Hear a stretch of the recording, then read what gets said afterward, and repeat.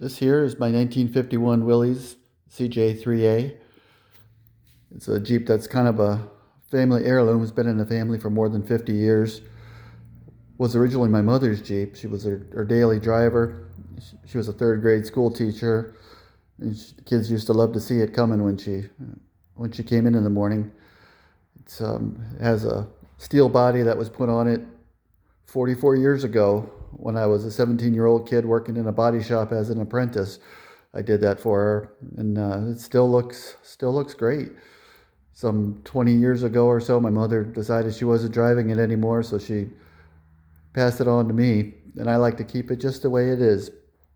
It's got the Saginaw power steering,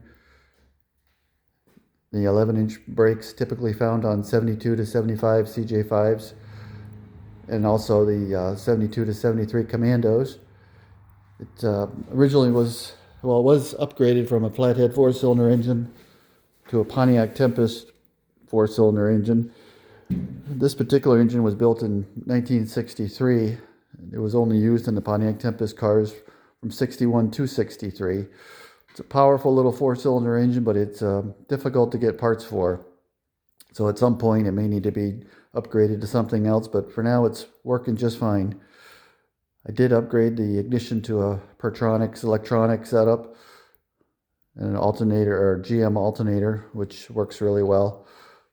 So all in all, it really runs sweet. It still has the T90 transmission with a Model 18 transfer case, but it does have the Warn overdrive, which is a nice addition for cruising down the highway at highway speeds, and yet still being able to creepy crawl around in the woods.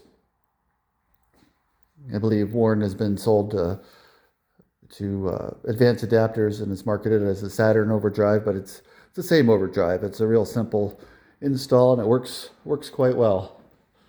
So all in all, it's just a nice little family heirloom. Something to putter around with, take it out on the dirt roads and out in the woods every once in a while. It originally was dubbed the piston popper by my mother, because the first couple of years they ran the Pontiac Tempest engine in it. It had a habit of spinning the number one rod bearing. So that was back in its racing days, but it's been fine ever since. So it's always nice to keep some of these heirlooms around.